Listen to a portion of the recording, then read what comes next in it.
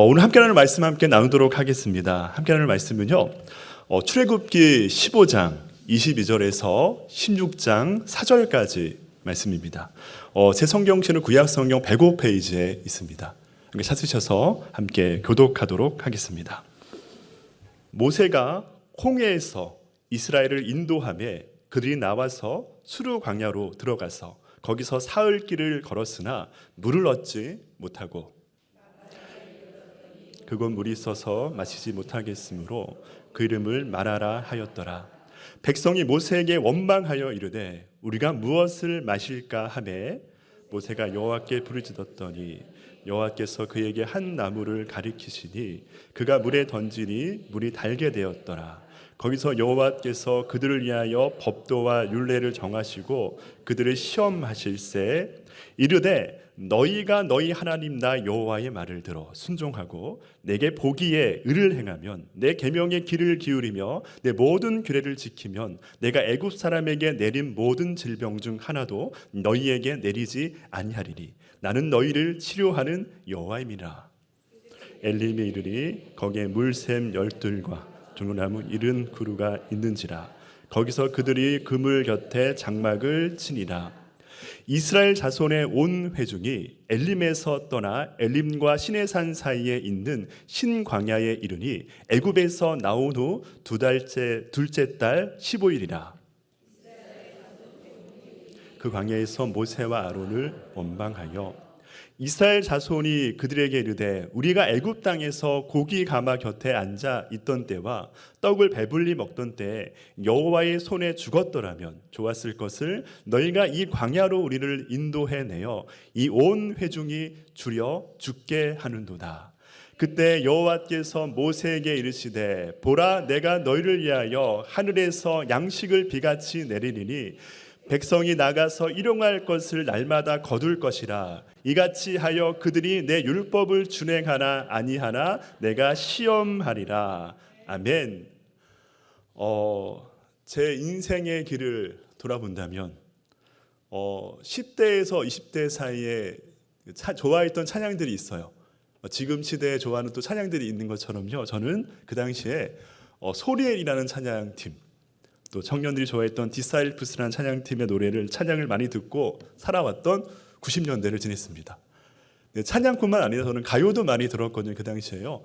왜냐하면 그 당시에가 되게 많은 문화평론가 얘기하기를 되게 막 문화의 되게 전성기였다고, 한국 문화에. 그게 지금의 이제는 BTS라는 그룹이 아시죠? 한국 K 이제는 문화의 큰 시작점이 되지 않았나 생각을 해보게 됩니다.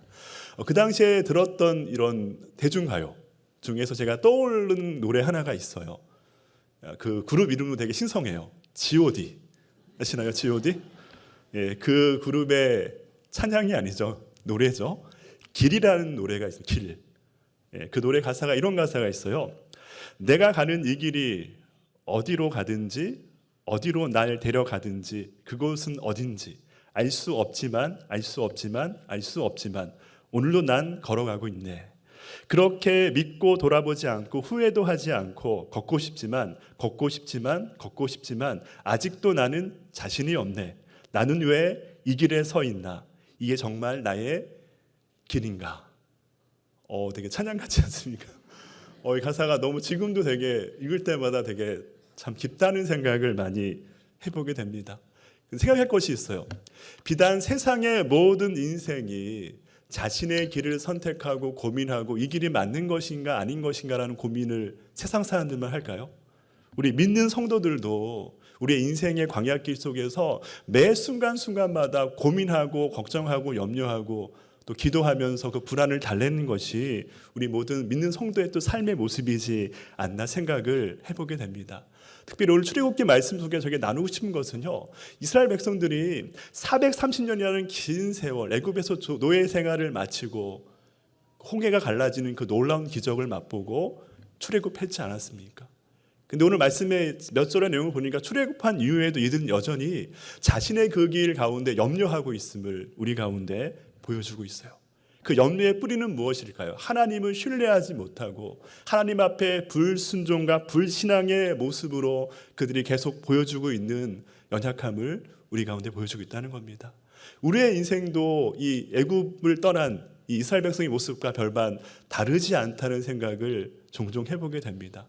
그렇다면 왜 이들이 이런 하나님의 놀라운 기적을 맛봄에도 불구하고 불평과 원망과 염려의 마음이 가득했을까요?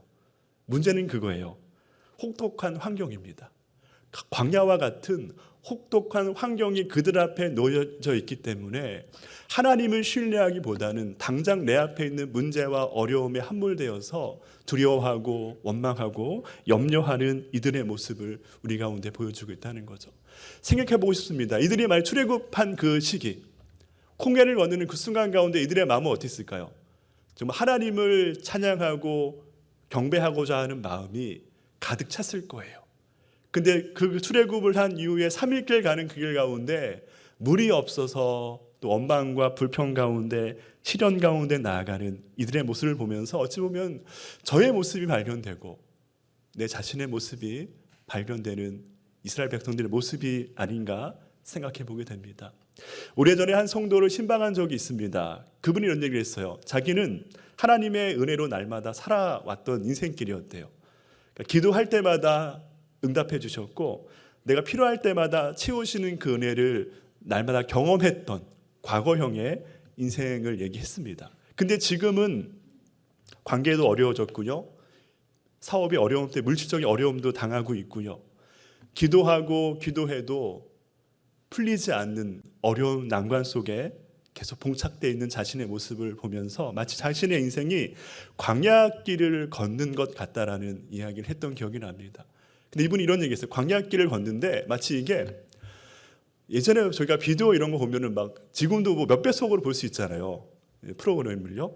그렇죠. 몇 배속으로 광야길을 걸어가는 것이 아니라 정말 느린 슬로우 모션과 같은 그런 시간으로 자신이 지금 광야의 인생길을 아주 천천히 멈춰 있는 것처럼 걸어가고 있노라라고 고백했던 한 성도의 고백이 떠오릅니다.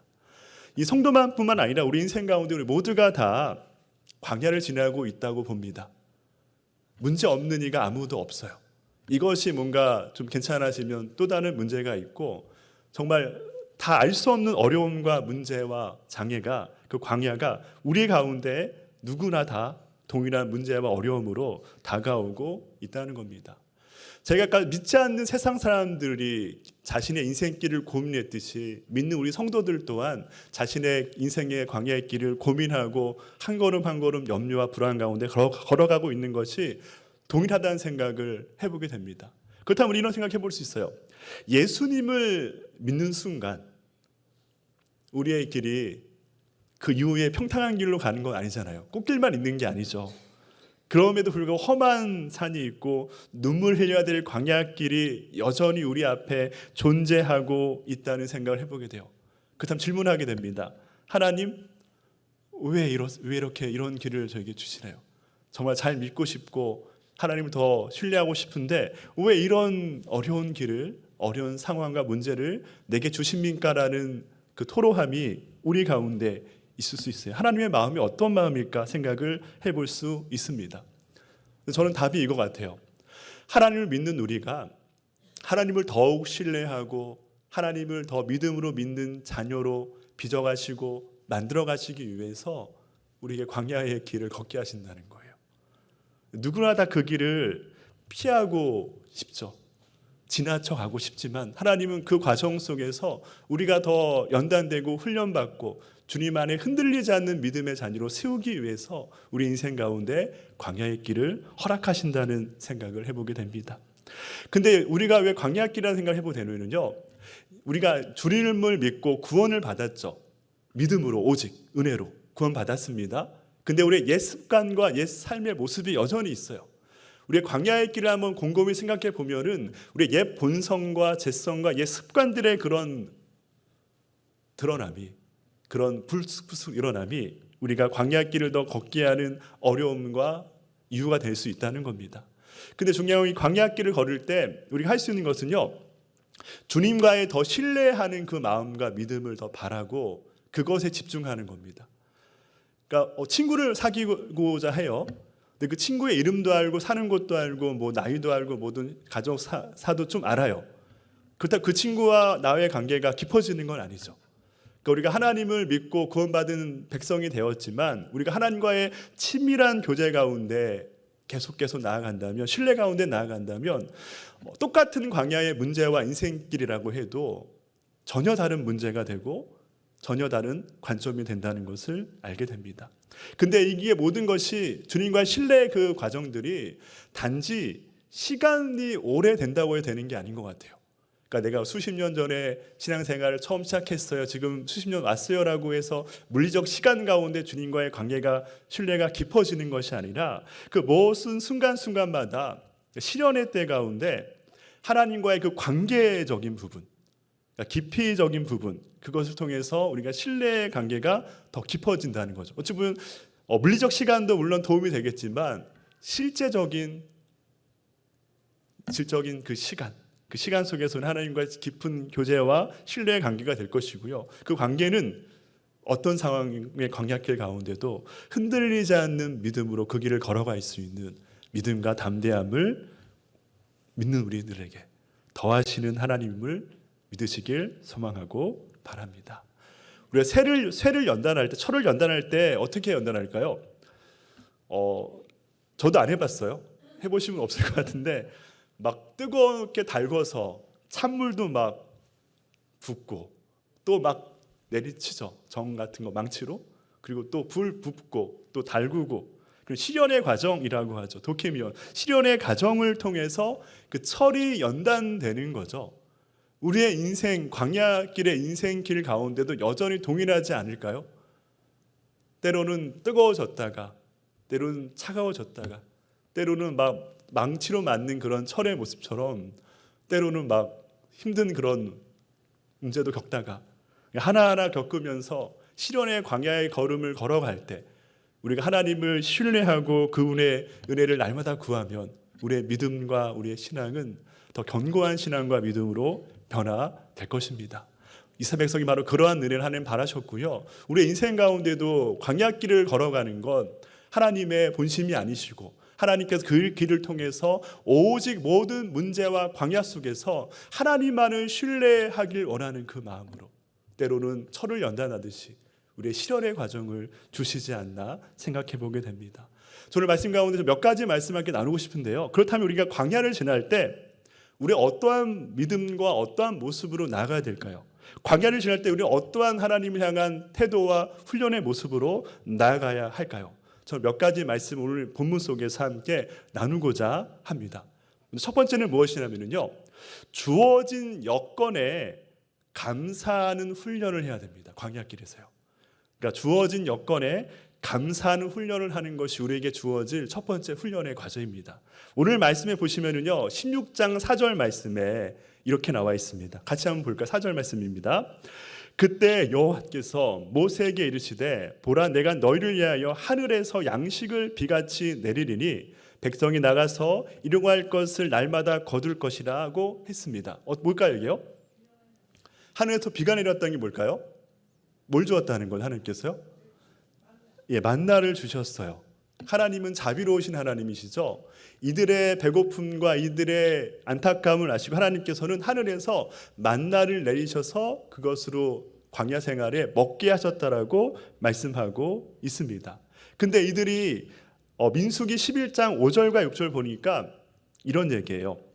우리가 애굽에 있을 때 값없이 생선과 오이와 참외와 부추와 파와 마늘들을 먹은 것이 생각나거늘 이제는 우리의 기력이 다하여 이 만나 외에는 보이는 것이 아무것도 없도다 하니. 그 다음 나왔던 게 뭘까요? 불평과 아쉬움이에요. 애굽에 종살이할 때는 생선과 오이와 참외와 부추와 파, 마늘 다양한 것을 먹었는데 지금 이 광야에서는 만나밖에 보이는 것이 없다, 만나밖에 먹는 것이 없다라고 이야기해요. 공감하시나요 이거요? 자, 3일만 만나 먹는 거, 일주일만 먹는 거 괜찮아요?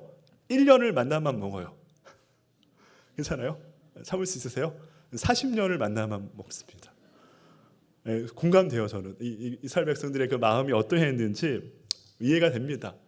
근데 하나님은 자비로우시죠. 이후에 뭘 하시죠? 하나님께서는요, 메추라기 때를 바람을 불어서 아프리카로 갈 그 메추라기 철새의 그 때를 이스라엘 백성들 앞으로 딱 오게 합니다.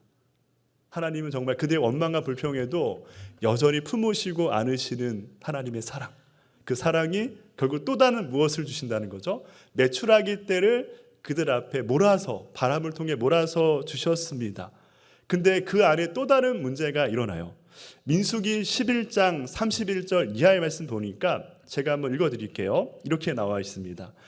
바람이 여호와께서 나와 바다에서부터 메추라기를 몰아 진영 곁 이쪽 저쪽 곧 진영 사방으로 각각 하룻길 되는 지면 위에 2규빗쯤에 내리게 한지라. 백성이 일어나 그날 종야로 그 이튿날 종일토록 메추라기를 모으니 적게 모은 자도 10호멜이라. 그들이 자기들을 위하여 진영 사면에 퍼두었더라. 고기가 아직 이 사이에 있어 씹히기 전에 여호와께서 백성에게 대하여 진노하사 심히 큰 재앙을 치셨으므로 그곳의 이름을 기브롯 핫다야와라 불렀으니 욕심을 낸 백성을 거기 장사함이었더라. 이게 뭐냐면요, 하나님께서 바람을 불어가지고 메추라기 떼를 보내셨는데 그 양이 어마어마했다는 겁니다. 2규빗 1m 되는 높이 가운데 걸어서 하루길을 가는 그 사방길 가운데 메추라기가 꽉 쌓이게 주셨는데 이들은 어떻게 했냐면요, 그것을 메추라기 잡는데 너무나 열중한 거예요. 10호멜, 한 호멜의 용량은 220리터예요. 10호멜이면 얼마일까요? 2200리터. 저는 여기도 꽉 차는 걸까 모르겠네요. 감이 안 가네요. 2200리터. 그러니까 그 메추라기 잡으려고 막 혈안한 거예요. 그거 막. 그러니까 참 이게 본성의 욕심, 탐욕을 이들이 저질렀다고 얘기해요. 그러니까 먹을 만큼만 먹고 그러면 되는데 더 많이 더 취하기 위해서 정말 눈에 불을 켜고 그 메추라기를 잡아놓으라고 이야기하고 있어요. 그런데 하나님께서는 진노하셔서 그곳을 재앙을 내리셨는데 그것이 기브롯 핫다라고 이야기했다고 합니다. 이게 무엇이냐면요, 탐욕의 무덤이라고 이야기합니다. 왜 이스라엘 백성들이 메추라기 때 탐욕을 부리고 있을까요? 만족함이 없다는 거예요. 하나님이 주신 그 은혜에 감사하기보다는 더 많은 것을 얻고자 하는 그 마음의 욕망들, 그 마음속에 감사와 기쁨보다는 또 다른 불평과 원망의 제약들이 그 마음속에 가득했고 그게 드러났다는 것을 우리 가운데 보여주고 있다는 겁니다. 자, 몇 가지 예를 한번 들어볼게요. 우리의 자녀가 A 학점을 받았어요. 기뻐하실 겁니까? 기뻐하실 거죠? 옆집에 있는 자녀가 A 플러스 학점을 받았어요. 어떻게 할 거예요? 기쁠까요? 예. 자, 우리가 직장에 취업했어요. 어렵죠, 취업하기. 정규직으로 취업했습니다. 근데 다른 아들이, 엄마 친구의 아들이 더 직급과 연봉이 더 높아요. 감사하죠, 우리도요. 제가 너무 이분법적으로 얘기하나요? 자, 이겁니다. 그런 거예요. 이런 느낌이에요. 이스라엘 백성의 모습이. 만나 먹는 거 너무 어려워서 원망 불평했을 때 메추라기 주셨는데 그냥 감사와 자족하는 마음으로 먹고 즐기고 은혜 찬양하면 됐는데 그들은 어마어마한 양을 취하고 탐욕의 무덤을 부렸다는 겁니다. 그러니까 이런 거예요. 그러니까 광야에서 첫 번째 훈련은 주어진 여건에 감사한다는 것은 내게 주신 9가지에 대해서 감사하는 것. 내게 없는 한 가지에 대해서 불평과 원망하는 것이 아니라 내게 주신 것에 대해서 감사하는 그 훈련이 광야 속에서 우리에게 원하시는 하나님의 훈련이라는 것을 저는 말씀 속에서 이스라엘 백성 속에서 저는 한 번 더 강조하고 보게 되는 것 같습니다. 이런 거죠. 우리에게 물질이 부족하다면 어떤 감사가 필요할까요? 하루 3끼 감사하게 먹을 수 있는 양식을 주셔서 감사합니다. 우리의 건강에 질병과 어려움이 있다면 그럼에도 불구하고 교회에 나와서 목장 모임에서 예배할 수 있고 나눌 수 있게 하심을 감사드립니다. 자녀의 성적이 좋지 않다면 그럼에도 불구하고 이 아이가 학교를 매일 잘 가는 거예요. 감사합니다. 지금 직장이 마음에 들지 않아요. 그래도 매월마다 끊이지 않고 월급을 받는 것이 얼마나 감사할까요? 이런 감사합니다. 그러니까 내게 없는 한 가지 두 가지 때문에 원망과 불평하는 것이 아니라 주어진 환경과 여건 속에서 내게 주신 것에 감사하는 그 마음이 있다면, 우리 인생의 광야길을 걸을 때라도 우리는 원망과 불평이 아닌 감사와 찬양과 기쁨으로, 자족함으로 그 인생의 광야길을 걸어갈 수 있게 될 것입니다. 이와 같은 축복과 은혜와 결단이 우리 가운데 가득 넘쳐나길 소망하고 축원합니다. 두 번째는 무엇이냐면요, 하나님께 나를 던지는 훈련을 하는 거예요. 던진다는 게 무엇일까요? 결국은 내 뜻을 포기한다는 겁니다. 그 광야라는 척박한 혹독한 환경 속에서 내 뜻과 내 계획이 아닌 하나님의 뜻하심 아래 나를 던지는 그 훈련을 하는 것, 광야를 주신 하나님의 목적과 이유라 할 수 있습니다. 오늘 저희가 말씀의 15장과 16장 초반의 이야기를 함께 나누었는데요, 15장 앞 읽었던 하반의 얘기가 이겁니다. 이스라엘 백성들이 출애굽하고 엘림이라는 곳에 도착했죠. 그 어떤 땅이었죠? 샘과 종려나무가 많아서 오아시스와 같은 물이 공급되어지는 좋은 땅이었어요. 근데 그 땅에서 좀 얼마간 머물다가 이제는 그 샘을 떠나서 신광야로 도착하는 그 과정의 이야기가 오늘 읽었던 말씀의 내용의 이야기라 할 수 있습니다. 근데 이 성경의 이야기를 보니까 이들이 출애굽해서 애굽을 떠나서 약 3일간의 시간이 지나서 오늘 있는 엘림이라는 지역에 도착했어요. 3일길. 근데 그 3일 길을 가는데도 이들의 마음은 어땠죠? 물이 없다, 목마르다, 불평과 원망을 끊이지 않고 토로했던 그들의 모습이었어요. 근데 3일 길이 지나고 이들이 발견한 게 뭐라고요? 엘림이라는 오아시스와 같은 그 물이었어요. 그 물을 마시고 좀 회복을 하고 나서 신광야로 나아가는 그 길이 대략 37일간의 시간이 걸렸다고 얘기해요. 한 달 더 시간이 걸린 거죠. 그럼 아마도 생각해 보기를 애굽을 떠날 때 이들이 물과 식량을 가져왔던 것들이 아마 다 떨어졌을 것 같은, 다 결핍됐을 것 같은 그런 상황 가운데 이들이 있었다는 거예요. 근데 이들의 마음 가운데 제가 볼 때 두 가지 마음이 있었을 것 같아요. 한 가지 마음은 하나님께서 출애굽하고 3일이라는 시간에 엘림이라는 오아시스를 주셨듯이 이제 한 달여 시간이 지났으니까 더 큰 오아시스를 줄 것이라는 기대감이 이들의 마음 가운데 있었던 것 같아요. 근데 결국 그 기대는 어떻게 될까요? 절망으로 바뀝니다. 아무것도 없어요. 더 큰 샘물이 있을 것 같은데 아무것도 없다는 겁니다. 응답되지 않은 것 같은 그들의 절망 속에서 이들은 또다시 불평하고 원망하게 되죠. 읽었던 16장 2절 말씀에 이렇게 얘기합니다. 이스라엘 자손 온 회중이 그 광야에서 모세와 아론을 원망하여. 모세와 아론을 원망했다는 것은 결국 무엇일까요?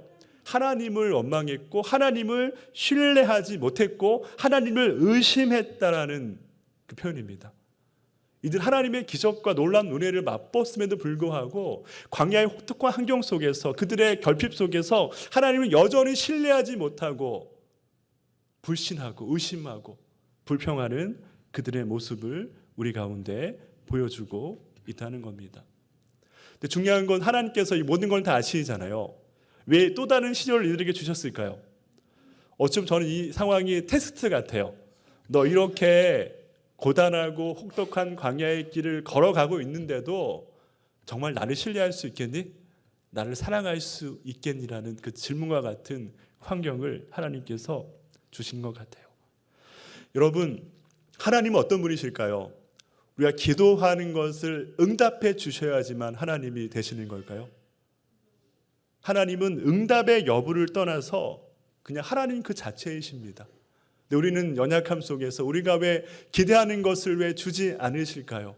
내 기대하는 그 기도의 응답을 왜 해결해 주지 않으십니까? 라는 그 마음 속에 하나님을 정말 진심으로 모든 환경과 강야 속에서 신뢰함 가운데 믿음 가운데 나가기보다는 의심과 불평과 원망의 자리에 섰던 우리의 모습을 이스라엘 백성들의 모습 속에서 저는 다시 한번 보게 됩니다. 하나님께서는요, 우리에게 이런 모든 과정 속에서 하나님의 자녀로 세워주길 원하시는 그 하나님이십니다. 하나님께서 우리에게 어떤 응답의 결과를 주셨다고 우리가 그분께 순종하는 조건적인 하나님이 아니라는 거죠. 그냥 하나님은 하나님이시고 우리는 하나님의 백성이고 자녀이고 그분의 신뢰함으로 우리의 남겨진 인생의 광야길을 믿음 안에서 한 걸음 한 걸음 걸어가는 것이 우리에게 주어진 순종이고 성도의 삶임을 우리에게 말씀해 주고 있습니다. 예수님도 말씀하시잖아요. 가장 좋은 것을 너에게 주신다고요. 돌이 아닌 떡을 주시고 정갈이 아닌 생선을 주시는 그 하나님이시라고 우리에게 말씀해 주고 있다는 겁니다. 바로 그 하나님이 우리를 더 정결케 하기 위해서, 더 거룩하고 흠이 없는 연단의 믿음의 자녀로 세우기 위해서 때로는 내가 원치 않는 광야길로 내몰아 가시고, 광야길에서 불평의 환경, 결핍 환경 가운데 내몰아 가시는 그 하나님이십니다. 그 하나님 본심 우리가 더 알고 그때 더 기도할 때임을 믿고 또 주님을 신뢰할 때임을 믿고 은혜 가운데 나아가는 소망이 우리 가운데 가득 넘쳐나길 소망합니다. 근데 오늘 보시면은요, 이들이 왜 이랬냐면요, 자꾸 땅의 것만 쳐다봤다는 거예요. 뭘 봤다는 거죠? 물, 만나, 고기 이런 것을 보고 하늘을 보지 못했어요. 근데 오늘 말씀의 4절 읽었던 16장 4절 하반절에 이렇게 나와 있습니다. 그들이 내 율법을 준행하나 아니하나 내가 시험하리라. 이게 주님의 마음인 거죠. 시험하리라. 근데 이 말씀을 보면서 신명기 8장 16절에 중요한 말씀이 있습니다. 신명기 8장 16절만 이렇게 나와 있냐면요, 내 조상들도 알지 못하던 만나를 광야에서 내게 먹이셨나니 이는 다 너희를 낮추시며 너를 시험하사 마침내 내게 복을 주려 하심이었더라. 마침내 내게 무엇을 주시기 위해서요? 복을 주려 하심이라. 어떤 것이요? 너를 만나를 통해서 낮추시고 광야를 통해서 시험하시는 것은 마침내 내게 복을 주시기 위해서 하나님께서 이루으신 그 과정이라고 얘기합니다. 그럼 세 번째는 그겁니다. 이 복이라는 게 무엇일까요? 그것은 천국을 바라보는 훈련을 해야 된다는 거죠. 마침내 복을 주신다. 마침내가 뭘까요? 그 모든 시련과 광야의 끝. 물론 오늘 출애굽 말씀에서는 어딜까요? 가나안 땅을 이야기하고 있겠지만 이 마침내 주실 그 복은 궁극적인 복이고요, 천국을 향한 복이라고 이야기하고 있습니다. 정말 우리가 이 땅에서의 광야길을 한 걸음 한 걸음 걸어가잖아요. 누구나 다 피할 수 없습니다. 근데 이 땅의 광야길이 마침내 끝나는 그날 그 복은 이 광야가 아닌 하나님 나라 천국의 영원한 안식과 쉼이고 은혜임을 오늘 말씀 우리에게 명확하게 이야기하고 있다는 겁니다. 그러니까 천국을 향한 소망 가운데 이 땅의 삶을 살아가는 거예요. 땅을 바라보고 땅의 것에 함몰되는 인생이 아니라 땅의 광야길을 걸어가는 한계를 가진 결핍을 가진 인생이지만 결국은 하늘을 소망하고 하늘을 바라보고 그곳에 은혜를 두고 살아가는 것이 믿는 성도의 삶임을 우리에게 말씀하고 있다는 겁니다. 하나님께서는요, 우리 광야의 길을 걸어갈 때 온통 세상의 것에 눈이 팔려서 살아가길 원하시는 분이 아닙니다. 이 세상의 것은 무엇일까요? 잠깐 지나는 것이고 그냥 일시적인 것이라고 이야기하고 있죠. 그래서 우리는 날마다 하늘을 바라보고 소망 가운데 주님을 신뢰함으로 광야 같은 인생길을 믿음으로 한 걸음 한 걸음 감사와 천국을 향한 소망과 또 하나님 안에서의 또 은혜로 그 길을 감당해 나가는 것이 우리의 삶이라고 말씀해주고 있다는 거죠. 자, 마지막 한 가지 제가 실제적인 이야기를 하나 드리고 말씀을 맺겠습니다. 미국에 입양되었던 한 소녀가 있었어요. 이 소녀는요, 시각장애인이었습니다. 고아였습니다. 이 소년의 이름은 킴 윅스라는 소녀였어요. 유명한 성악가가 이후에 되었는데 이분이 어떤 삶을 살았냐면요, 이 킴 윅스라는 이 여사가 3살 때 한국 전쟁이 일어났습니다. 그래서 인민군이 쳐들어와서 눈에 7탄의 파편을 맞아서 성광 때문에 실명이 됐어요. 어린 나이에. 그래서 너무 어려운 상황 가운데 부모님이 우리 다 죽자. 그래서 트럭에 다 뛰어들어서 다 죽자 자살 시도를 했습니다. 근데 안타깝게도 부모님은 돌아가셨는데 이 윅스라는 여인과 여동생만이 강물로 던져져서 살아나게 됐습니다. 이 여인은요, 대구에 있는 월드비전 장애 고아원에 잠시 머물렀다가 홀트 양자회라는 곳 아실 거예요. 그걸 통해서 미국으로 이제는 양자로 이렇게 이민을 가게 됐죠. 홀트의 친구인 조지 믹스라는 부부의 가정에 추수감사절날 입양이 되어서 그 가정에서 자라났던 인물이었습니다. 노래를 잘했어요. 눈이 보이지 않았지만요. 시각장애였지만요. 그래서 대학을 졸업하고 오스트리아 비엔나에서도 성악을 공부해서 유명한 또 잘하는 성악가가 되어서 후에는 빌리 그레엄 목사님과 함께 여러 곳의 부흥과 전도 집회를 다니면서 예배 찬양을 인도했던 한 분이 되었습니다. 근데 이분이 어느 날 인터뷰를 하는데 이런 얘기를 했대요. 사람들이 자기가 뭐죠? 지금 시각장애인이잖아요. 자기를 눈이 보이지 않으니까 인도하고 안내할 때 100m 전방에 어떤 장애물이 있어요, 피하세요 이렇게 얘기하진 않잖아요. 바로 눈앞에 계단이 있습니다. 바로 눈앞에 문이 있습니다. 문을 여셔야 됩니다. 계단을 지금 한 걸음 한 걸음 올라가야 됩니다라고 그렇게 안내를 해 주셨다라고 합니다. 그 안내를 신뢰하고 그 안내에 한 걸음 한 걸음 계단을 올라가고 문을 열고 들어가면 자신이 원하는 목적지에 자신이 도착했노라라고 그렇게 이야기를 했다고 합니다. 우리의 광야 같은 인생길 빨리 피하고 싶고 이 땅이 아닌 하나님의 천국을 빨리 가고 싶은 그 마음도 있으실까요? 이 땅이 너무 힘들어서 네, 그런 마음이 아니라 정말 이 땅의 광야길을 한 걸음 한 걸음 걸어간다는 것은요, 저 멀리 있는 게 아니라 지금 내 이 순간 내 앞에 있는 어려운 광야 같은 결핍과 문제가 있을지라도 한 걸음 한 걸음 주님을 신뢰함으로 한 걸음 한 걸음 걸어가는 것, 그게 광야에서 우리가 할 수 있는 믿음의 훈련이고 믿음의 과정이라는 것을 이 이스라엘 백성들의 출애굽의 과정은 우리 가운데 보여주고 있다는 거예요. 지금 내 순간에 있는 하나님의 신뢰하는 그 믿음, 그 안에서 한 걸음 한 걸음 걸어가는 것이 우리의 믿음의 여정임을, 광야길의 여정임을 명확하게 보여주고 있습니다. 히브리서 12장 2절 말씀 잘 아시죠? 믿음의 주여 또 온전하게 하신 누굴 바라보자고요? 예수를 바라보자. 예수를 바라보고 신뢰함으로 나아갈 때 어떻게 될까요? 우리 마음 가운데 원망과 불평의 마음이 사라집니다. 막막함과 염려의 마음들이 사라집니다. 감사의 마음이 우리 가운데 흘러넘치게 될 것입니다. 천국을 향한 소망의 그 마음이 다시 한번 회복되게 될 것입니다. 오늘도 인생의 광야길을 걸으시는 성도님들, 내 옆에 함께 하시는 그 주님을 신뢰하고 동행함으로 오늘의 인생의 광야길, 남은 인생의 광야길을 믿음 안에서 한 걸음 한 걸음 걸어가시는 은혜가 우리 가운데 가득 넘치길 소망하고 축원합니다. 우리는 주어진 현실 가운데 감사하는 훈련, 나 자신을 주님 앞에 내려놓는 훈련, 이 땅의 것이 아닌 하늘의 것 천국을 바라보는 훈련 가운데 이 광야의 길을 완수하시고 마치는 그 은혜가 우리 가운데 모두에게 있길 소망하고 축원합니다.